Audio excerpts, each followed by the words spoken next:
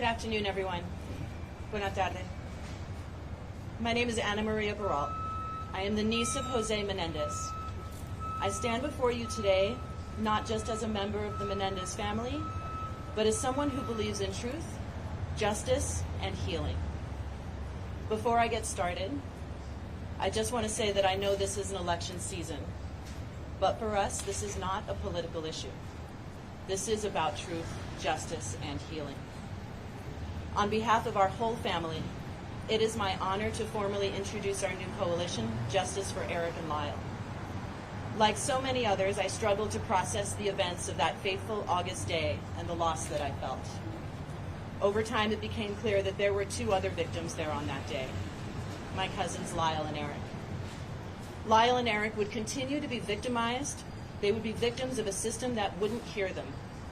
And they would be victims of a culture that was not ready to listen. They would be mocked.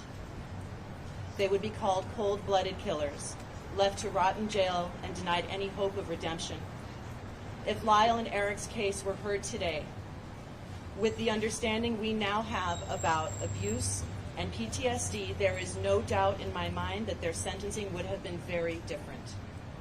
And yet, despite their circumstances, they have chosen a life of light. Without hope of release, they persevered. They have sought to better themselves and serve as a support and inspiration for survivors all over the world. Their continued incarceration serves no rehabilitative purpose. It's time to recognize the injustice they've suffered and allow them the second chance they deserve. Now here we are, both sides of the family united, sharing a new bond of hope. Hope that with the re-examination of their case, a new outcome will be reached. Hope that this 34-year nightmare will end and that we will be reunited as a family. I am here to ask the District Attorney's Office to take into account the full picture, the truth that was hidden for so long. Lyle and Eric deserve a chance to heal, and our family deserves a chance to heal with them. Please join us. Visit www.justiceforericandlyle.org and sign our petition. And if you'll indulge me, I have two more statements to read. The first is from my mother, 85 years old, Terry Baralt, the sister of Jose Menendez. She can't be with us today due to health challenges, but she sent me this. I'm sorry that I can't be there in person to support my nephews, Lyle and Eric. I begin chemo soon and my doctor says no flights. I need to be strong. I wish to make it clear that I stand firmly with this family. I am Lyle's godmother, and I love them both very, very much. My nephews have spent 3 decades in prison helping others. I have seen great growth in them. Even the law enforcement supervisors and corrections have written letters to the court asking for their resentencing and release. Millions across this country agree. I implore the District Attorney's Office to end our prolonged suffering and release Lyle and Eric back to our family. 35 years is such a long time. My prayer is that I live long enough to see my nephews again and to hug them once more. I have another statement, and this is written by a family member of Marta Cano and Andy Cano, that Andy, the one to whom the letter was written. This is written by one of Marta's children.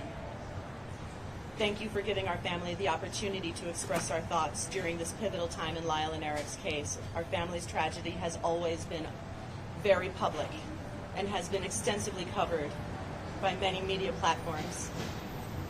Marta and Andy Cano would have wanted to speak today, but unfortunately they are both unable to do so. Marta is in memory care, but she spent decades supporting Lyle and Eric. Sadly, we lost Andy shortly before his 30th birthday, and we miss him every day. Both Marta and Andy deeply loved Lyle and Eric. They both believed in justice, but they also believed in second chances and forgiveness.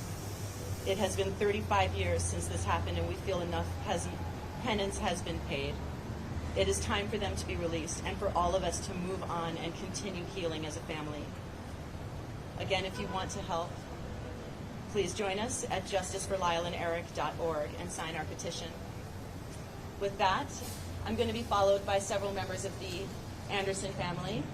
First will be Alan Anderson. He's the nephew of Kitty Menendez. Kitty Menendez. And the second will be Karen, the niece of Kitty Menendez. But first, Joan.